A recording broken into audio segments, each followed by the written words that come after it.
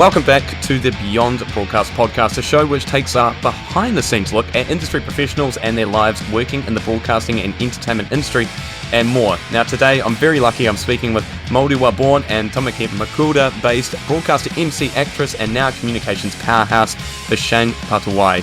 Graduating from Bay of Islands College in AUT, Veeshayne went behind the mic in the 1990s with Mai FM, along the way picking up an award for Best New Broadcaster, actually 2 to be precise, and being the first Māori woman to do so.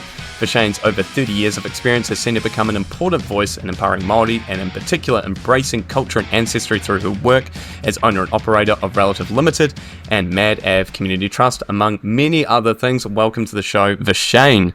Kia ora, good morning. Thank you for having me, Jamie. It's awesome to be here. What an impressive introduction I have in terms of there's so many things, so many facets to you, Veeshayne, and I think we're going to dip into a lot of that, and I'm looking forward to it. And a good place to start, and this is where I always like to start, Veeshayne, is what was life like growing up for you in Moerewa, and how did those early experiences for you shape the woman you are today? Yeah, kia ora. That's a really good question. I always love to start there too. So whakapapa is very important to me. So tuatahi, ko wai tēnei, he uri tēnei no Ngāti Hine I te puake ahau ki Moerewa. Ki te tai tokerau, he uri no ngā maramara o Hine Amaru. So good morning. It's morning here wherever you are around the world, but it's an Aotearoa morning. I grew up in Moerewa, and I'm the youngest of 6, and I have 4 brothers, so I grew up like a tomboy. And for anyone who knows Moerewa, it is a small town in the North Island in Aotearoa. And it's more like I'm kind of related to everyone in the town, not like in a weird way, but it's just really small. It's really small. And, I remember when I first moved from the north, from Tai Tokerau to Tamaki Makaurau here in Auckland, and started working at Mai FM, they would always say to me, you can take the girl out of the bush, but you can never take the bush out of the girl. And I think that's actually, for me, it's really, really true. Those formative years, have absolutely everything to do in terms of the work that I do, in terms of the people that I work with, in terms of the values that I have. It's just really, really important. So as I said, from a small town, I grew up with my nanny. I'm named after my grandmother. And I think there's something really unique about children who are raised with their grandparents. There's just like in Te Ao Māori, we call it like tau. Like there's this way of being when you're raised around old people where you just kind of move at a slower pace. And, so I'm really grateful to be raised by my grandma.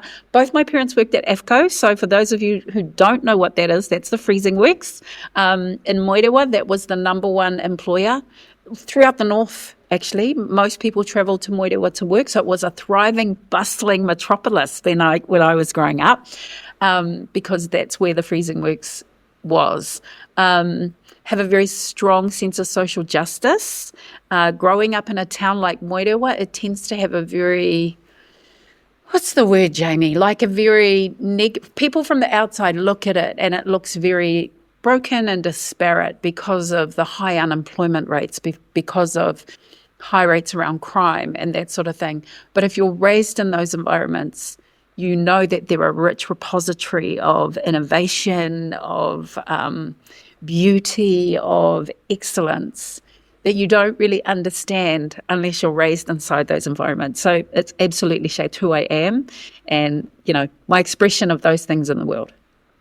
And it's a reflection of small town New Zealand in general, where a lot of those towns did rely on certain industries. So when those industries closed, for example, AFCO, it does take a massive hit to the economy. And like you said, it does have like a shake-on effect, but that does also bring sort of that Kiwi spirit where people get together, and Māori spirit as well, where people are very ingenious in terms of thinking of new ideas and new ways to work around that. And one thing I was curious to ask you, what was your weapon of choice when it came to eeling? I very much grew up with the same sort of like vibe growing up as a kid. I had a wee spear and net that I used to take down to the local river near me. What was your weapon of choice there, Veeshayne? Yeah, very cool question. So the name of my town that I grew up in is actually Tuna Town. For those of you who don't know, its nickname is Tuna Town. So it's Moerewa, that's what it's normally called, or it's Motown, or it's Tuna Town if you grew up there. So the tuna it's very significant to us at home.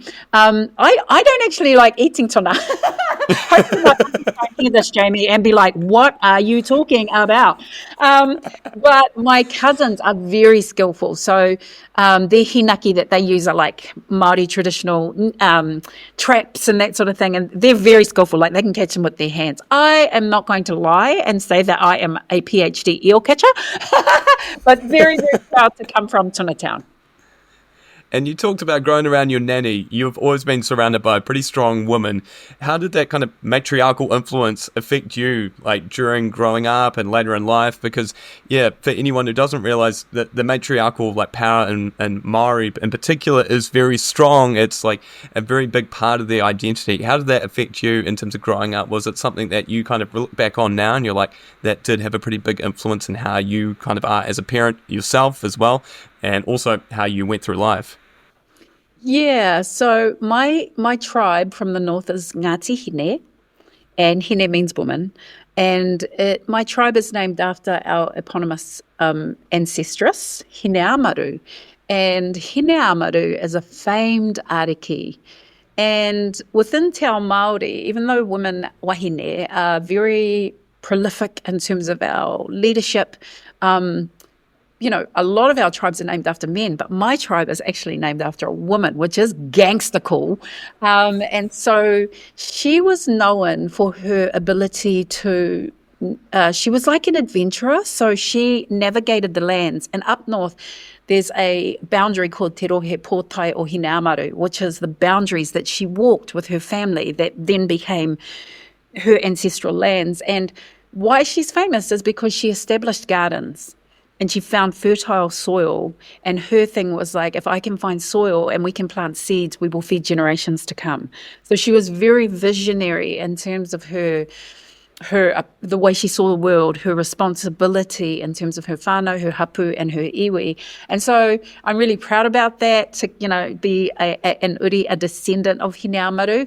You're right, I grew up around my nanny, I grew up around my mum, and there's a very strong leadership line that's matriarchal within our tribe. The women in my tribe tend to be very opinionated, very lippy, and very sassy, Jamie. They're pretty to look at, but you got to be someone special to marry one. I'll tell you, you don't want to get my husband up in there. But it's absolutely shaped. All the work that I do around empowering women, and we're doing a whole lot of work at the moment in New Zealand because our government have just repealed the equity pay claim for women, which dramatically impacts wahine Māori, wahine Pasifika, and women in the disabled and migrant communities. So, we are very staunch when it comes to women, and also men. Like, even though I'm 100% pro Māori and pro wahine Māori, is in Te Ao Māori, what's as important is a reciprocal leadership. So it's a little bit different from a feminist model in the Western culture, right? Is women are as important as men, and men are as important as women. And if we get that right, then we have reciprocal, symbiotic leadership. And I love this balance, and I feel like the strong will is something that was always within you, even at the young age, from the fact that you said, you were a bit of a tomboy growing up, and also the fact that I've heard in another interview that you talked about the fact that you ended up leaving school at quite a young age. Was that a little bit of a part of that as well, that strong opinion, you had your way about you, and you're like, you know what, like, I know this isn't the path for me. It's not always going to be a straight line. I have my own way of like going about it. Like, looking back now, do you kind of feel like it was always destined to happen, that you were going to find your own path? What an interesting question. I remember singing in the mirror from the age of 6 with a hairbrush and going, I don't know why they keep hiring those people on What Now? That should be me. I must be there, right? And so I always knew that I wanted to work in broadcasting. I always actually wanted to work in television or film growing up. I idolized Madonna. And like, it would crack up. My whole room was like wall-to-wall posters of Madonna. And it's so funny, Jamie. Like, I used to dress like Madonna. And, you want to see like Moerewa, there's only like 2,000 people. And then I've got like the cut-off gloves and the pearls and the ribbons and all the things, right? I think my parents and my whānau did a really good job at nurturing my creativity, and I didn't do very well in school. And I often talk about that, and I wish, like, with my children, I often say, so I was very good at sport, and very good in the creative kind of area, but I was not good at sport. But I was not good at academics. But if someone had said they're actually the same discipline, Veeshayne. So how you train for hours after school every day on your own at the padded tennis court or the basketball court or whatever sport you're playing, volleyball court, if you just take that focus and you put it here into academia, it's the same thing, you'll thrive. But that bridge was not there, and we didn't have mentors at the time. Both my parents worked. They gave me great models of leadership and work ethic and that sort of thing, but there was a missing with either a teacher or someone saying it's actually really simple, and if you apply yourself to academics the way that you do to sport, you'll fly. So I think for a lot of our kids that's the same. Like we tend to thrive in kapahaka or singing or creative things or sport, but unless that is then channeled in the right way, you can have a listening of yourself like I did, which was, I'm dumb, I don't know school, but I am really good at sport. So a little bit, like I always knew I'd end up in broadcasting, but I didn't quite know the path, but I knew that it would happen. Are you feeling like there's a bit of a change now, especially in terms of education? Because I can speak to my own and say that while I didn't get kicked out of school, I certainly had the same experience where I just felt like, admittedly, a bit of a dumbass at school. And then I look back now to kids that are growing up, and I feel like there's definitely a lot more mentorship or a lot more emphasis that's put on to trying to find different methods to get kids to that same level or to achieve in a certain way, much more than probably like during my time. And that was only like, how long ago would it have been now? Like 20 years ago that I was like still at school. So yeah, do you find that it's kind of building up to that point now where we are seeing a little bit more of that coming through? Yeah, I think our generation, so our generation went through that. And then so like with my kids, we were like, okay, we're going to start a kombucha business for you guys at 8. Right. So from our generation now, there's that. And then there's also like, well, mum owns my own business. And what business are you going to own? What my son's 14. And so we want you to start learning how to invest in shares. So my parents never talked to me about that. They talked to me about AFCO, and I saw the work ethic, right? I got it, which is deeply ingrained in who I am and how I am in the world around my work. But I think, and then also we had this explosion of technology and podcasts and Mr. Beast, and, we never had that. But our kids are like, why can't I be Mr. Beast? Why can't I write my own code to start my own game? And who says I can't be an entrepreneur at 16? And so I believe that when we can see it, we can be it. And so now there's this whole industry that didn't exist when we were growing up that's with AI and everything else, that's rapidly evolving, where our kids can find their gift and their talent, and it's much more easily accessible, especially with the democratization of media. 100%. And there was an interesting mentor that you had growing up as well, which was Marianne Baker, who played a pretty pivotal role in terms of getting you to where you changed like your attitude a little bit of how like you carried yourself in the professional manner, which, to be fair, I've had the exact same sort of experience as well, where I had a mentor that's like, yeah, you can still dress like a 17-year-old skater kid, but you kind of need to be able to put the shirt on occasionally. How pivotal was it having that kind of like background with Marianne Baker, kind of being like, come on, Veeshayne, like, I know you have this whole thing of like learning by doing, but sometimes we do have to put the nice shirt on and see what happens. Was that quite like a cool wee experience to have with her? Yeah, I'm really blessed in that I've had very powerful female role models. And Marianne came into my life at a really pivotal time. I'd just, been kicked out of school at the time. I didn't know what I wanted to do. And she gave me an opportunity to join this course in Moerewa for Māori girls, right? It is in our smaller towns, even though they're full of innovation, they're not like Auckland. There's not as many educational opportunities, vocational opportunities, training opportunities, work opportunities, right? And so at the time, that was really innovative. And so she came into my life. I did the course. I loved it. I graduated. She said, teach it. So I taught the next one. And it was really, when I did that, it was the first time that I ever stayed in a hotel. I was like 17, 18. I'd never stayed in a hotel in my life. She sent us to like all these makeup courses at Cut Above and Shiseido and Revlon, and it really just opened my eyes to the world. And it was pivotal, but I really have had the most incredible, Vivian Bridgewater was another incredible mentor, which I'm sure we'll talk about in terms of broadcasting, who I'm involved with to this day, actually, where I've seen the women and I've gone, wow, okay, that's cool. And really through osmosis have learnt the codes for success. And the way that you entered into the broadcasting industry itself is kind of a testament, once again, to the strong will. And I love the story of the fact that you pretended to be part of a broadcasting course in order to get through the door. Can you walk me through how you were going to kind of get out of that situation if someone properly called you out on it? Because it sounds like you kind of just managed to like slip in, sit in the back and be like, yeah, I'm a part of this. Like, no one's going to question it. Like, what was going through your mind at the time? Was it kind of just like, I have to do this now, or like, I'm never going to do it? I was young at the time and I was working in retail, and, someone had said they're having these interviews at Mai FM, and Mai FM was very new. It was so new at the time. And I was like, what the heck is Mai FM? And they were like, well, it's this new Māori owned radio station. I was like, oh, well, I'm Māori. That might count for something. And so they said, look, they're holding interviews, but they're holding it with this like broadcasting course of young people who are doing some course of some kind. I don't even know if it was broadcasting, it was probably plumbing or building, for goodness sake. Right. And then I happened to find out about it. They were like, just show up and pretend you're part of the group. And I was like, what? I can't do that. They're going to not, what?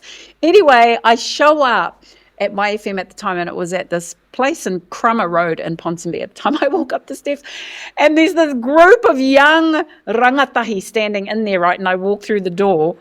Just as I'm walking through the door, Tauda Eruwera, who was the station manager at the time, is walking down to greet them, and I just jump into the back of the group. Anyway, they turn around and they're like, who is this random chick that's jumping into the group?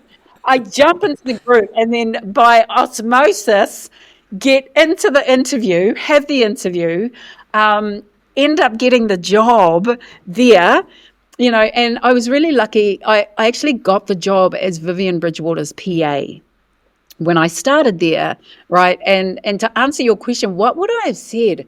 I think I may have actually outed myself. That's even more bold. Love it. Catching them on the back foot, being like, what are you going to do now? I kind of just jumped in here and what I say to my daughter's 18 at the moment and has just finished school, right? And I said to her, when I joined Mai FM, I worked for about 6 months with no pay. Because she's like, I just want to walk into Culture Kings and get a job and Foot Locker. And I'm like, no, honey, it doesn't work like that. If you put yourself out there and you show that you're a hard worker and that you're thirsty and hungry for it and committed, then doors will open, but we have to do our part. So I got in and I got hired as Vivian's PA in marketing and marketing, comms and branding. Because you weren't originally wanting to be a host, were you? That kind of just fell into your lap eventually, because you were only 19 at the time when you got that role. You'd been in Auckland 6 months, which is crazy, the turnaround you had, the way that you just put yourself out there, got yourself in there, and yet you went straight to on air. How did that situation even occur? How did it go from you working in promos and marketing to then going straight on air? That must have been crazy. Was it people hearing your chat and being like, Veeshayne's really got a way about her, we need to throw on air, she's crack up? Or was it kind of more or less something that was the person that was meant to do the night shift didn't turn up, Veeshayne, you're up, throwing you into the lion's den? What was the situation that occurred? Yeah, I think it was probably a mix of those things. So one, I worked closely with Vivian, and so I knew all the on-air crew really, really well, because I was either working with them out at schools, doing promo, really building this brand from scratch. And all we really had was people. And this bold, hairy, audacious goal to make speaking Māori cool te kōrero, right? That was one of the first catchphrases. And how it was actually, I was in marketing and comms for actually longer than 6 months. So I was in marketing. I worked with Vivian for probably about, I want to say a year to 18 months. And then I was out doing promo all the time. And during that time, I just learned, it's like a sponge with Vivian, right? And she was, bro, I'm telling you, she was savage. Like, she would throw me in the lion's den. She was like, you need to go through the yellow pages or the white pages back in the day, right? And you need to ring all these people. I was like, I don't know how to ring. I don't know how to get clients on board to give me free things. And they're like, no, that's your job. I'd never done it, right? I'm from Moerewa. I'm like, what the heck? So I'm like literally cold calling like Adidas, Hoyts, Nike, like all of these massive agency clients, talking them into Mai FM, who they'd never heard of, right? And getting them on board like the zoo and all these big places to get giveaways so that we could start to generate, kind of traction and contra and giveaways on air. So I became very, very skilled very quickly at understanding from a broadcasting point of view, but also from a kaupapa point of view, how you balance cultural integrity with commercial imperatives. How do you do that? And what is the line? And how do you have integrity with that? So, I'm always so grateful for that, because that is that's the absolute whakapapa of me having a communications engagement and social impact agency, is really everything that I learned in those first few years from Vivian and Toda and Ross and Dave Bridgman. And then what actually happened was they had to cut back staff, and they let a whole lot of staff go. And they were like, we love you, but we can't afford to keep you here. You're going to have to go on reception. And I was like, okay, sweet. Yeah, no, all good. So then they moved me into reception, and then I was answering the phones, right? I'm answering the phones, and I think Ross, who was then the program director, Ross Goodwin, right? He's like a legend in broadcasting. He was one of the people who started Radio Hauraki in the Gulf when they were pirates. So he's this god in radio, and I must, kia ora, Mai FM, can I help you? Like, and then he was like, your voice ain't that bad. I mean, it's not great, but it ain't that bad. And literally, there was a number of things that caused that created this perfect storm. So Donna Pivac was the nighttime hostess. And she's this, drop dead, gorgeous, marketer's dream. Like, she's this green-eyed, curly-haired, beautiful Māori woman that all you need to do is post a picture of her, and then your ratings are going to go through the roof, because she's freaking beautiful. The other thing about Donna is she had the most sexiest voice, right? And the best thing about Donna is she was one of those people who doesn't know she's beautiful, right? Which makes her even more endearing. So she was just like the whole thing. Of course, right? She was like the entire whole package. And then she actually got tired of it and was like, yeah, I don't really want to do it. And then they were stuffed because there was only one nighttime jock. Well, there was only one female jock, announcer at the time. And then Ross was kind of like, well, you're female. And I was like, great. And then, I'm underplaying it, but he was like, look. Yeah, come on, Veeshayne. No, there was something there. It can't have just been the fact that you're a woman. Come on. Well, he was like, look, you've got a really great personality. People love you, right? And we can work on the voice. And I was like, okay. And he was like, so do you want to go on air? And I was like, no, I don't want to go on air. Like, those ones who are on air, they're just all full of it, and they just think they're all that. And I'm this girl from the sticks who keeps it real. And then they were like, no, we think you've got a real shot. And so I was like, okay, yeah, look, I'll give it a shot. So then they trialed us on breakfast, and then they said, yep, you've got the gig. And then I did the dawn show for like 6 months, where Jamie, I didn't speak for like 3 months. I was so scared, even though it was me and the cleaners, because it's midnight to 6 a.m. and the truck drivers and the pie deliverers who were listening. I was so terrified, and I was so whakama and shy and scared. That I just didn't speak for ages, and then eventually I started speaking, and I did that for about 6 months. And at the same time, that was kind of where they were training me. And then Donna eventually left, and they were like, look, you're in here. So then I did the night show for a number of years. And I remember I had just started broadcasting, and I went to Ross, and I said the radio awards were this big deal, right? Everyone, it's like the Oscars for Aotearoa in broadcasting. And I went to him and I said, I want to win the Best New Broadcaster Award. And he was like, well, that's great, but no woman's won it. And I was like, okay, great. And he was like, and no Māori woman's won it. And I was like, okay, and? And he was like, okay. I love that. Yeah. And I was like, and he was like, okay, great. If you're serious about it, this is what we need to do.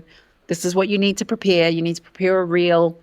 And I prepared it, and then that year I ended up winning Best New Broadcaster in the country. And I remember we were in Wellington at the Big Bougie Awards, and Vivian pulled me aside and gave me a hug, and she said, you have no idea what this means. Like, you're young and at the beginning of your career, but you have no idea what this means for Māori, what it means for Mai FM, what it means for the kaupapa. But now I do.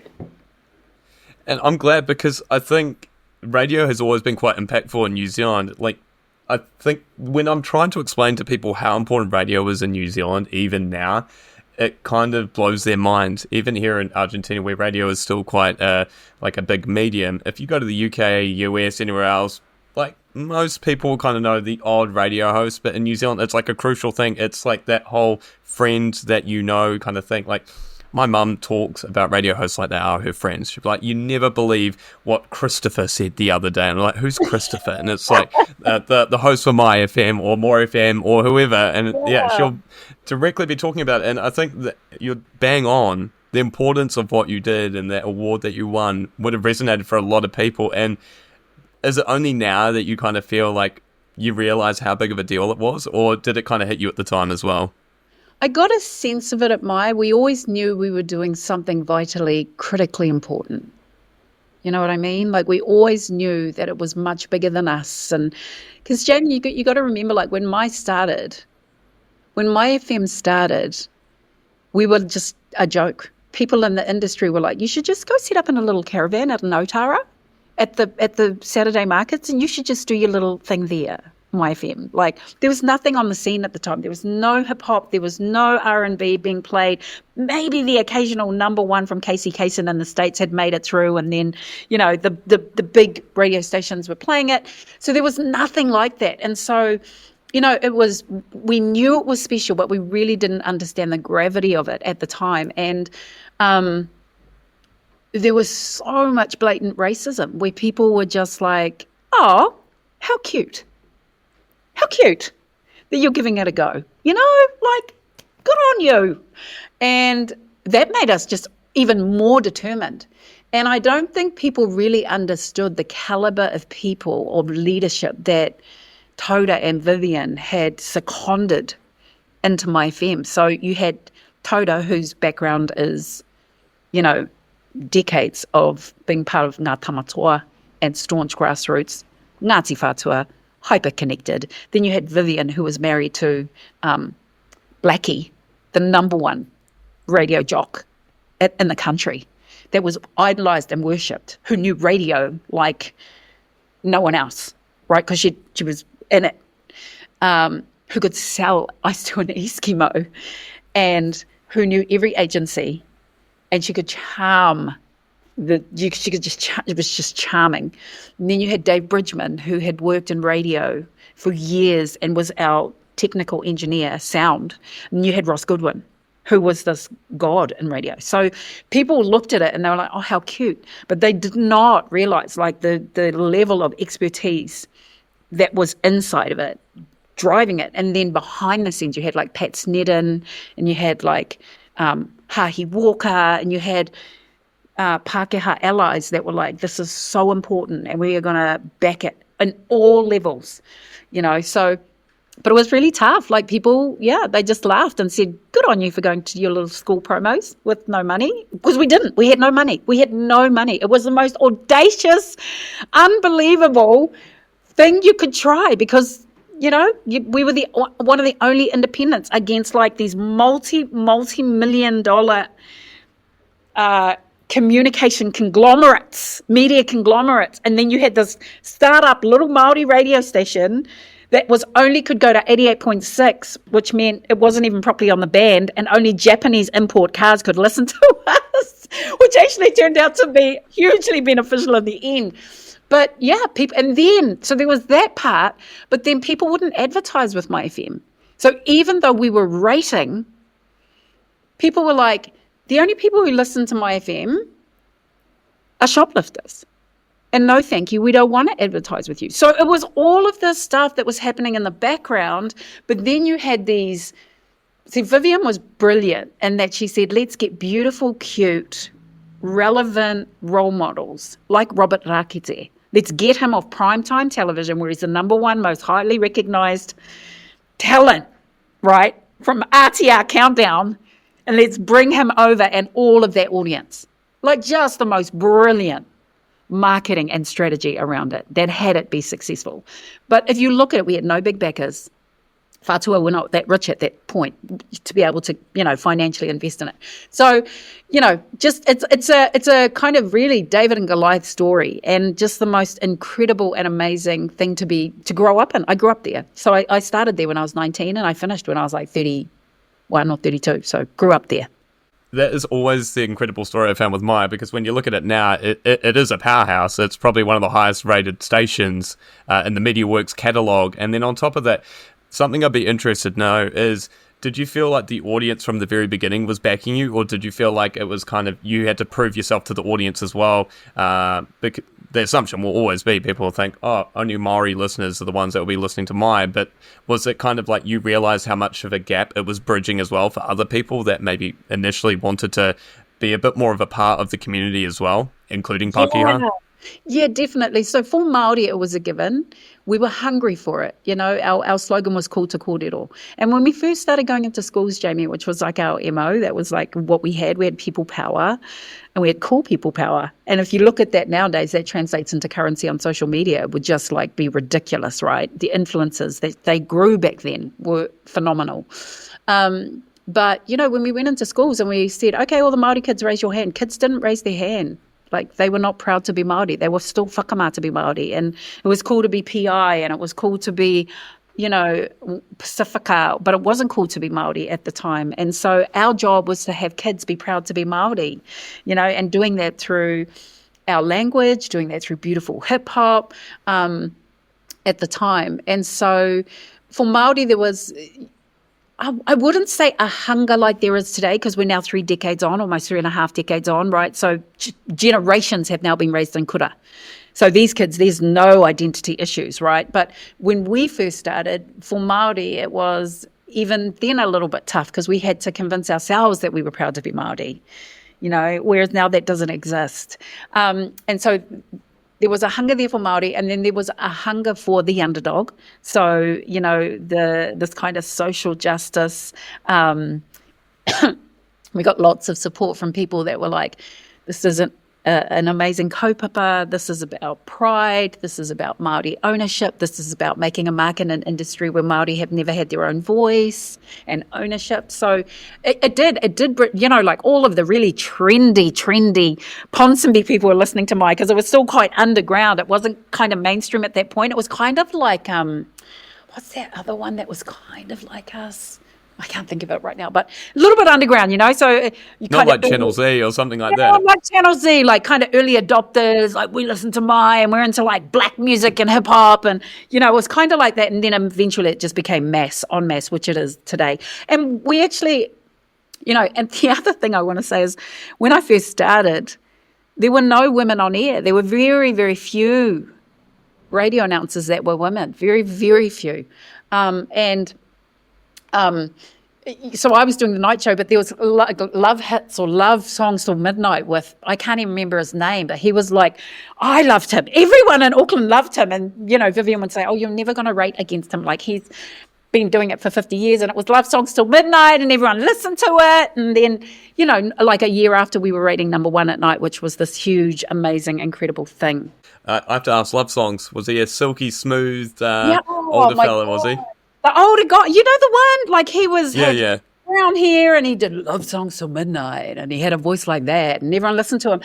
And I was like, oh my gosh, like I'm going to have 3 people listening to me. But within, I think probably within a year, we were consistently rating number 1 at night. And so the audience grew really quickly, and it was a very loyal audience.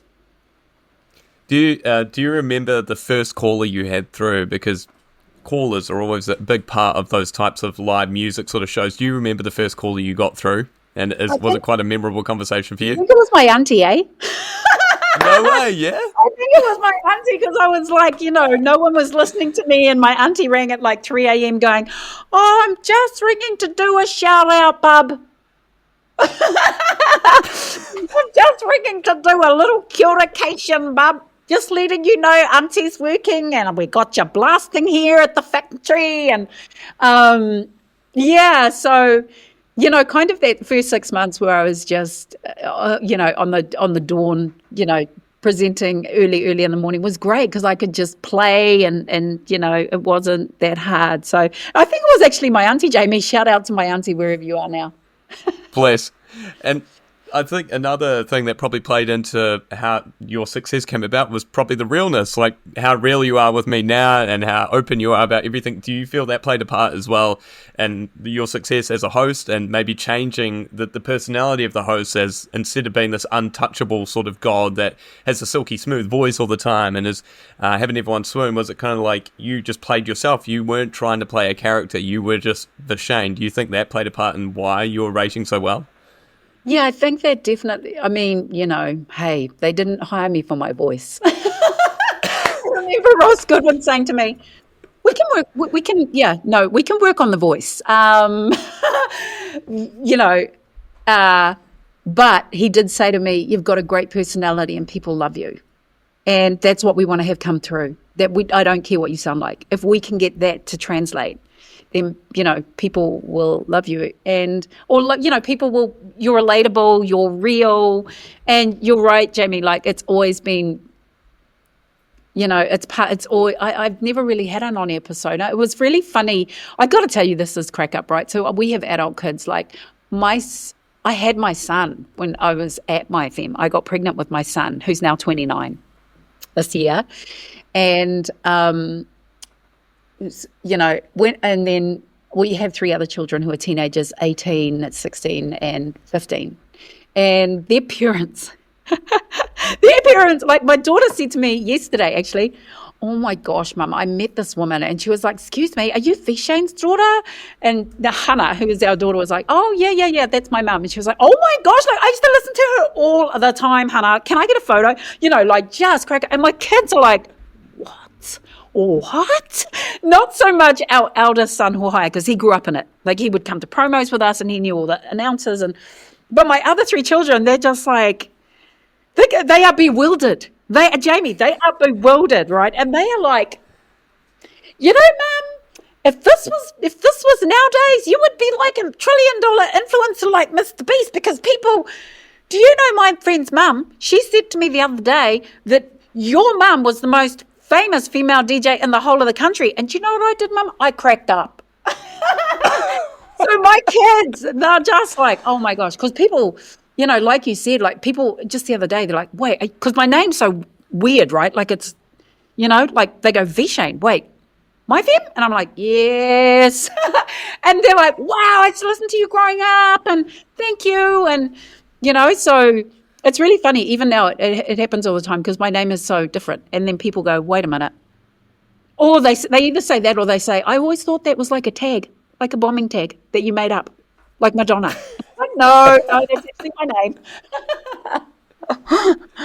I love how you're having the mix of like, your kids now are hearing from parents saying like, oh, Veeshayne was cool as, like, this is awesome. Like, it must be a bit of a, it just must be a weird situation. It's a little bit awkies for the kids. They're like, Mum, that's just awkies, like awkward. Is it the whole thing of the like, oh, lame, Mum used to be popular, like, damn, like she's ruining it for us. I'm losing my cred like in the schoolyard because Mum's more popular than I am. I think it's a little bit of all the things. Part of it is that they just don't believe it. They're just like, wait, they had radio when you were young? I was like, oh my gosh. And I'll shift to the kind of narrative of where we're going now, because I think Mai was such a big part of your life, but you've moved into other areas and, kind of in the name of the Beyond Broadcast, because you've done stuff beyond broadcasting. You did acting as well. I don't want to touch on it too much, but how was it pivoting into acting as well? Because that's a completely different kettle of fish, you appearing in front of the camera. How did you find that? You know how that came about was when I won Best New Broadcaster, Robert said to me, you should get you an agent. And I was like, why? What's an agent? What for? He said we had really good relationships at Mai FM and everything was really open and transparent and honest.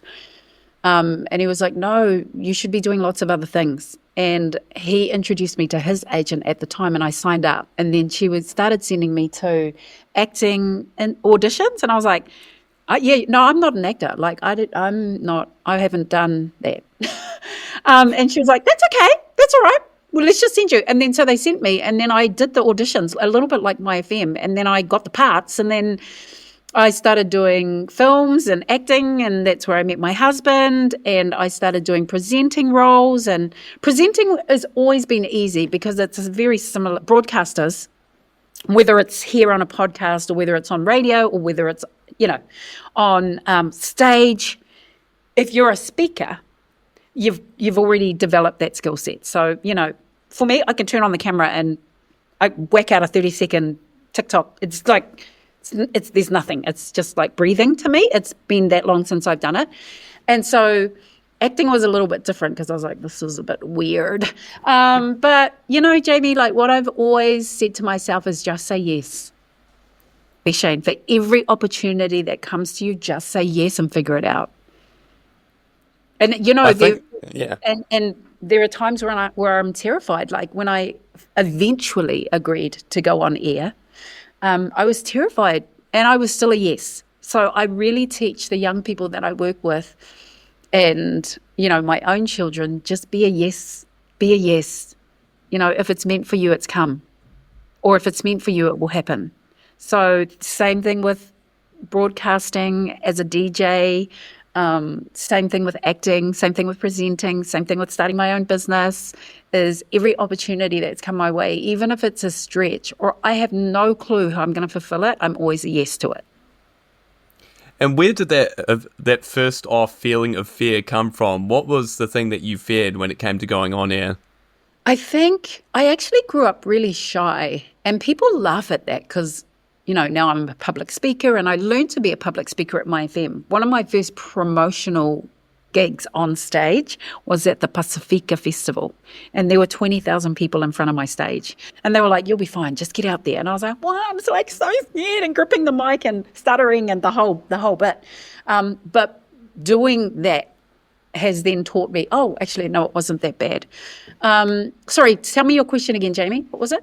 It was, where did that fear initially come from? So you mentioned shyness, but was there any other feelings or thoughts going through your mind about, like, I'm not sure I can do this. Why am I doing this? Why am I putting myself in this situation? Was there anything else behind that? Yeah. I think, so as I said, I grew up shy, and I think, if we're really honest, there's always the fear of failure. Like, what if I open my mouth and I'm like dumb? Or what if people don't like me? Or what if they think I'm weird? Or what if I get criticized? So, that's always present for me. And I remember Vivian gave me the book to read, Feel the Fear and Do It Anyway. And I love that book, and I live my life by it. The fear will never subside. It will never go away. And what I've trained and developed myself to do is go, okay, thank you. Next. Thank you, next. Thank you, next. Ariana Grande. Thank you, next.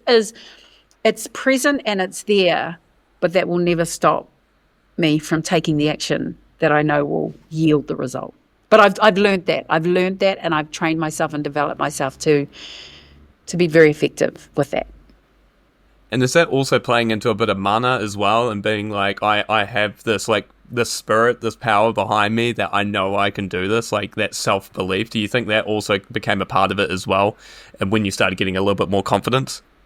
Yeah, I think that's always been there. Like, I was very blessed in those early years to grow up in a very stable, loving whānau.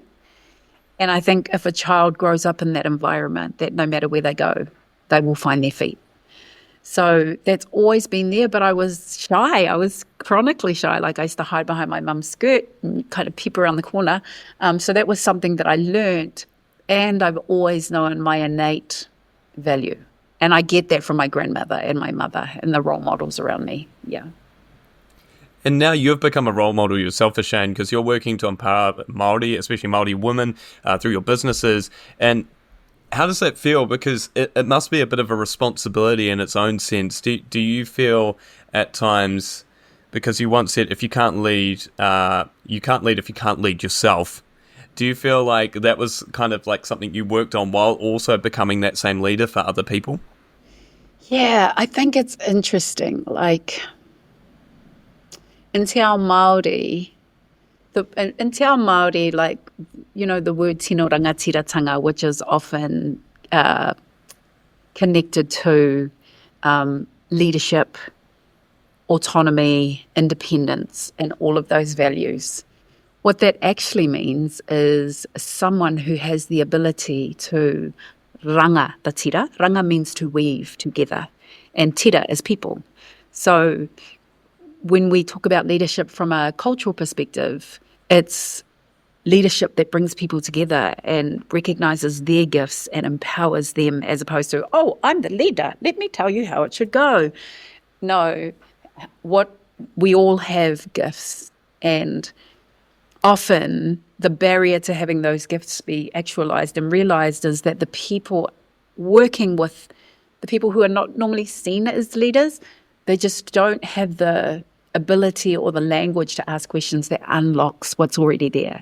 So for me, it's always servant leadership is the model that we have. Like, it's a privilege to serve. I don't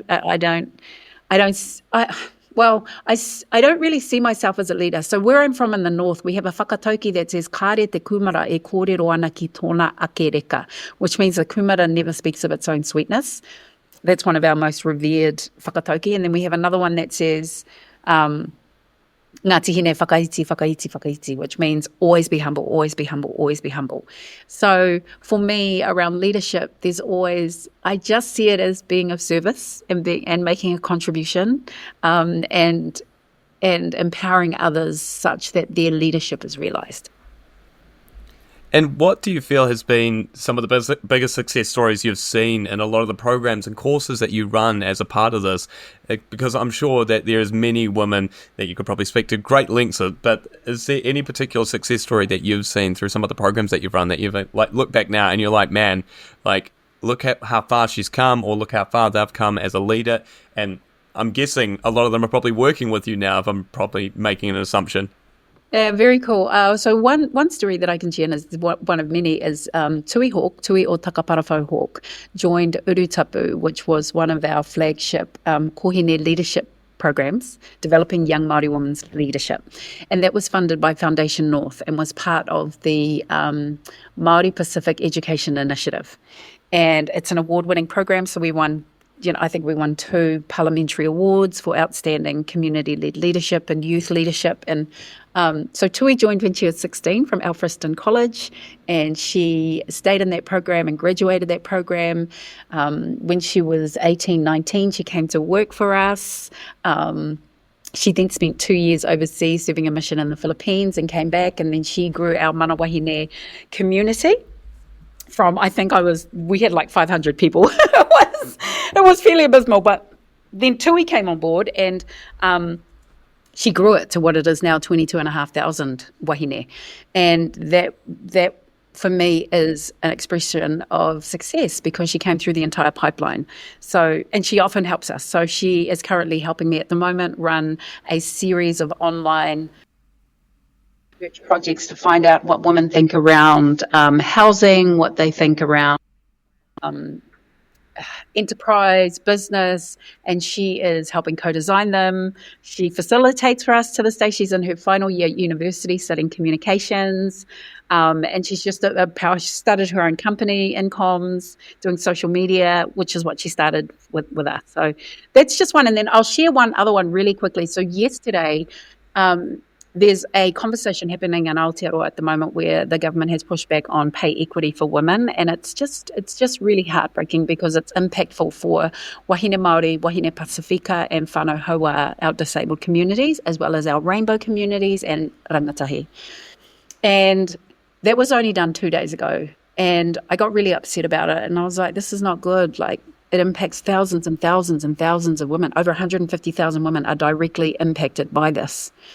And so I was like, right, I'm doing something about it. So then I just reached out to women that I know. So we had Tara Singh join our call yesterday, who is the CE for UN Women Aotearoa. We had Delwyn Stewart join, who's the CE for YWCA. We had Amy McLean join, who's the CE for Kainga Wahine. We had our network on it. We had the Māori lead for CCS Disability, who represents all of the Māori women throughout the country.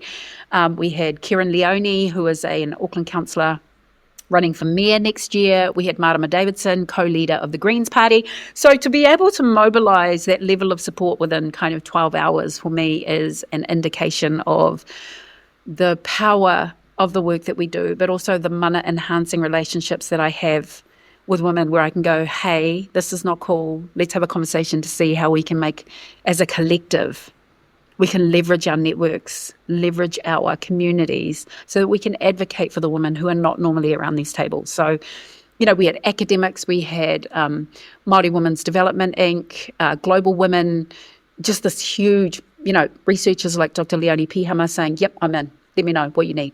Do you need us to write a submission? Shall we go down and see Christopher Luxon? So I'm really proud of the work that we're doing in that space to really stand for women's rights around pay equity, but other things, and that we can mobilise that type of support within 12 hours.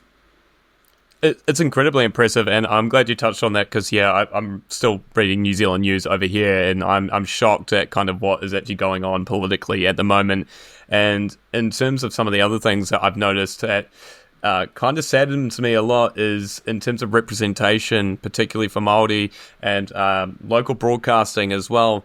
Do you feel like there is a severe lack in funding, especially in public broadcasting, Māori television, Māori radio? Are you seeing like a big cultural shift that's actually going down rather than improving? Or are you seeing that there's now alternative modes that are happening? Because we talked about how podcasting is becoming a big thing. Influencers and Māori influencers are a rising thing.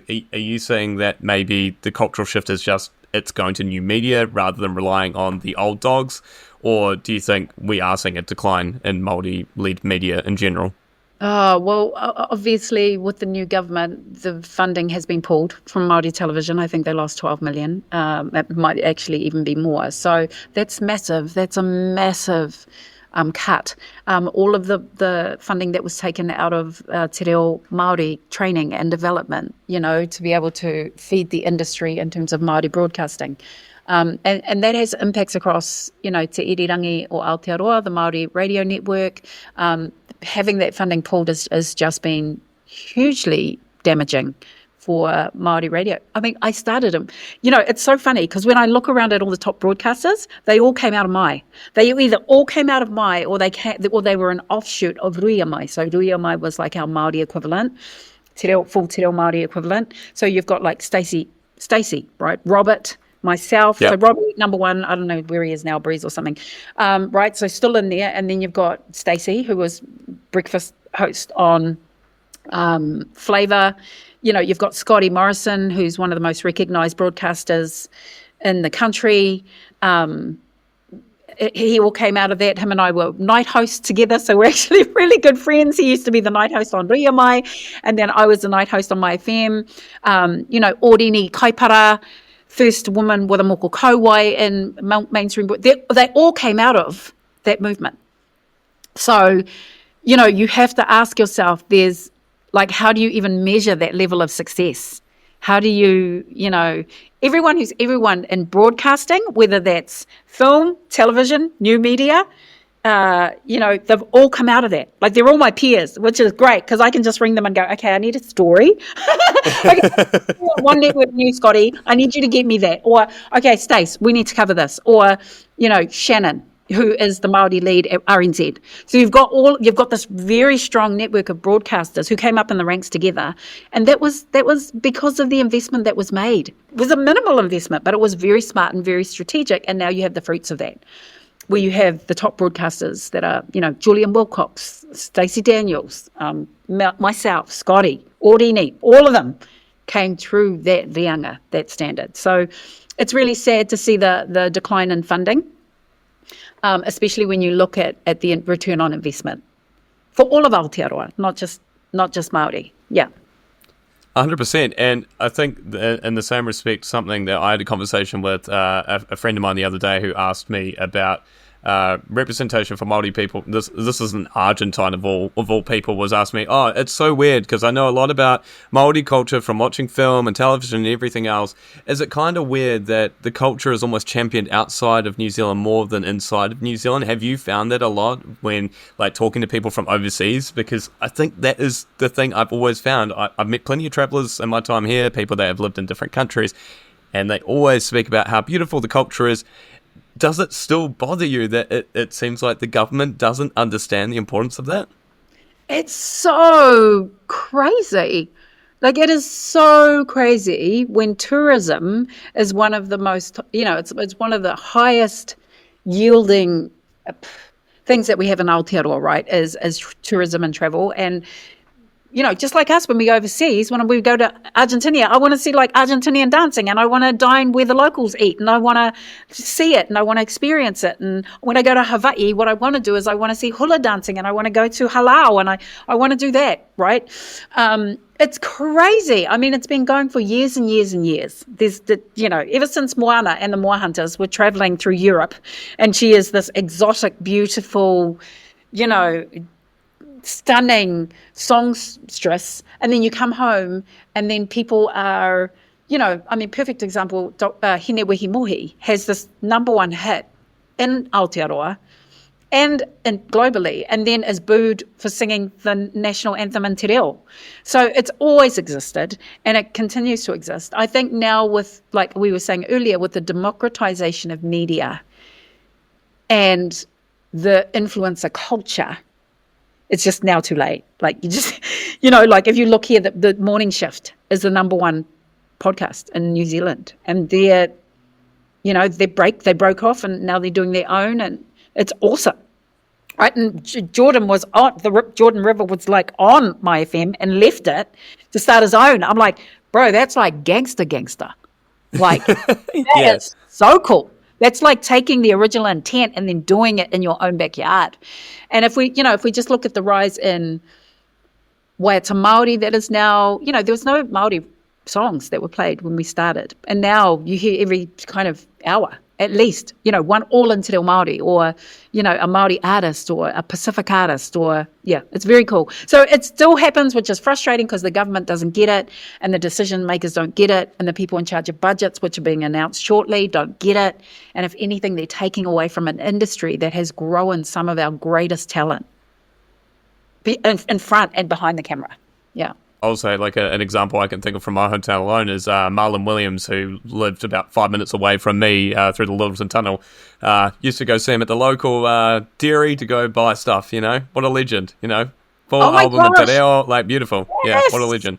My husband just went to his movie launch the other night and just was... Oh, you're joking, the doco launch. Oh, perfect. Yeah. There you go. You know what? It was just Bridges amazing. The oceans.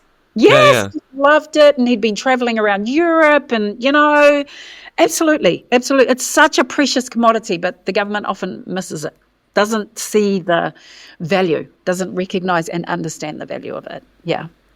In terms of other projects that you're running, one of the ones that I would say is the major one you're running at the moment is Mana Wahine Aotearoa, which you have a pretty massive support group, support network, and this is all run off Facebook. I'd love to know a little bit more about the work that you guys are doing in the community and how that all meshes together with the existing work you're doing with your PR media company, as well as the other courses that you're running.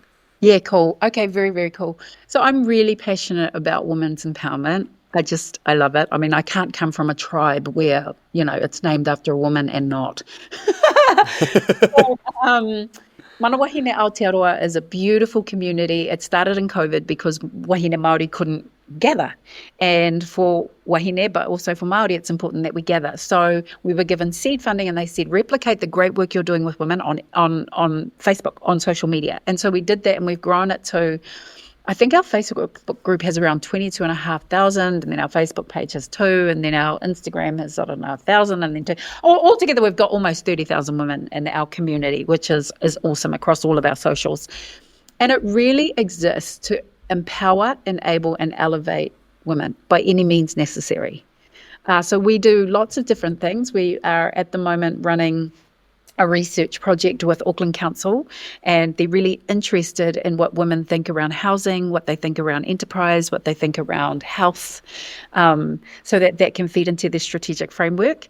And I think, Jamie, what I'm most proud of is, for us, what we want to do is we want to empower women's voices, what they think, what they feel, and their lived experience. And then we want to pay women, because historically that, community contribution has never really been valued. Do you know what I mean? Like, you go in and you get invited and you get a cup of tea and it's gone. But we're like, no, that's that lived experience of someone from Moerewa is as valuable as any consultant that you pay $300 to. And so we've done a lot of work to be able to get funding and get it into the hands and homes of the women that we partner with. So when we're doing kaupapa like the one we're doing now, we see it as a paid partnership. We don't see it like, can you just come and we'll just take all your whakaaro and all your ideas and all your kōrero, and then we'll get paid lots of money by the researchers to do that and have it all locked up in the organisation. So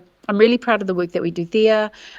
We do some incredible work with young people. But with women, it really is an opportunity for us to be seen, to be heard, to be validated, and to be in a safe community. So our Facebook group is closed. It's a private group, and you have to apply to get into it, which means that women can just be ourselves. Like, we can whinge, we can celebrate, we can laugh, we can create, and it's a safe space for us. It's really beautiful. It's my passion project. That's not funded to do that. We don't have any funding to do it. We've just grown it from scratch because it's something that is meaningful to us, that, Jamie, I think if we're blessed with a talent, it is our duty to use that talent to uplift others around us.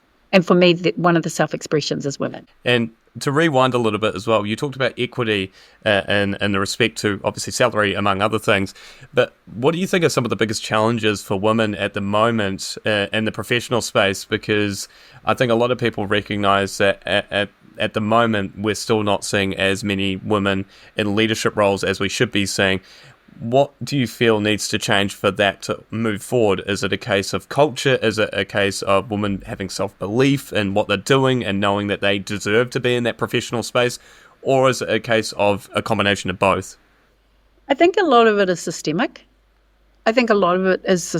Like, when you have a female prime minister, you're going to have a different view on the world. So whether that's Jacinda, and whatever we think about Jacinda is irrelevant. When you have women in positions of power, real power like that, like Helen Clark, like Jacinda Ardern, women lead differently. We tend to lead more collaboratively. We tend to lead more collectively. We tend to lead from our heart. And sometimes in professional spaces that's seen as a weakness, but in all of the experience I've had, that's one of the things that makes women such effective ninjas at being catalysts for change, is that we have the ability to have great relationships, is that we see things further than a dollar value, that we it's much more holistic, I think. So I think definitely it's systemic. Like, if we look at what's happening with the government, they want to reverse all of the amazing work that's been done around diversity, equity and inclusion. They're trying to define what a woman is, and then telling our rainbow takatapui communities what that is and what identity is and whether that's valid or not. If we look at the pay equity conversation that just happened 2 days ago, that's unwinding women all over the country. There's a massive protest today. I'm actually going. I'm going to the protest today at 1 with my daughters. But the unions have activated protests right throughout the entire country today at 1. And so it's just so, it's systemic, a lot of it. And until we get women into positions of power, and when I say systemic, once we get organisations having DEI policies where they have to do progressive procurement opportunities to give disadvantaged or marginalised communities opportunities to even just get on the playing field, then that's going to start to shift things. Once we get women in positions of power, that's going to start to shift things. Because the research says that every woman that's empowered goes on to empower 10 others, right? We go on. So the change we can have in positions of power. So if I can influence 22,000 women in whatever capacity, tiny, little, big, small, multiply that by 10, and suddenly we've got 220,000 women. I would then go out and I would empower girls, boys, men, right? So just 10 people. That's what the research says. Empower a woman, she goes on to empower 10 others. That alone is phenomenal. And, you just need to look at it like Barbie being the largest grossing movie throughout the world. You look at Beyonce being the highest paid woman entertainer who owns her own brand. Then you look at Taylor Swift, who is ridiculous $1 billion right? So there's this whole kind of shift that is happening. But then you've got, with the current administrations, and I won't say which ones, but if you know, the current administrations just like putting a lid on that and saying, no, diversity is not to be valued. Everyone should be valued on their own merit. And yes, that's true. But if you're already disadvantaged, you're not even at an equal standing point. So it's critically important. And with the women that I know and can mobilize, it's really exciting. So, Tara Singh, who we on our call was signing in from the east coast of New York yesterday, and I actually did a kaupapa with her at the UN a few years ago, was like, this is going to be the start of a conversation that could potentially be global for change, for women's rights and for change. So it's exciting. Young people have always been at the forefront of a lot of social change, but do you feel a lot more young people now are mobilising more than ever before, especially in New Zealand? Are you seeing that as another shift, that young people are far more socially aware, socially impactful, have a lot more influence than probably people from our generation? Do you feel like that's happening now? Definitely. And in Te Ao Māori, because these kids have been raised in kura kaupapa, it's completely different from how I was raised, right? So I was just, went to a normal school, not normal, but just went to everyday school or TDS school, intermediate, college. That's it. These kids have been raised in kohanga reo, kura kaupapa, and have been taught. They are first language speakers. They are staunch. They are technologically savvy. They are, technology natives. They have the knowledge, they have the audacity, which I got a sense of at when I was growing up. I was lucky though, it was very rare. They have the audacity and they have the wherewithal to use the tools. And then when you get that, it's lethal. That's how you mobilise Toitu Te Tiriti and get 120,000 people marching on Parliament in 3 months with no funding. That's how you create groundswell movements led by young people, because that was led by, the triplets and Maria Meno's sons, and a handful of passionate rāwhitiroa, a handful of passionate young Māori leaders who are unapologetic and unrestrained and are just like, no. Let me tell you what the new narrative is, and let me show you that with people power. So it's very, very... It's very inspiring. It's very inspiring because, power to the people. Power to the people is where it's at. Mm. And you've gone from little North Island town to Auckland to being on the airwaves to running your own businesses to running these leadership courses. Veeshayne, what do you feel has been the constant thing in this whole journey for you? What do you feel has been the driving force for you throughout this whole time?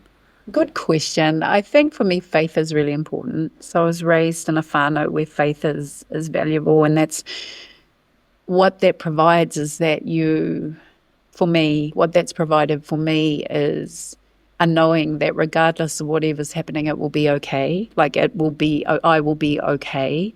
And also that I have the ability. There's one of my whakatauki that I love in Te Ao Māori is hei kai kei aku ringa, which means there is food at my fingertips. So I have the ability to create food for myself and others. And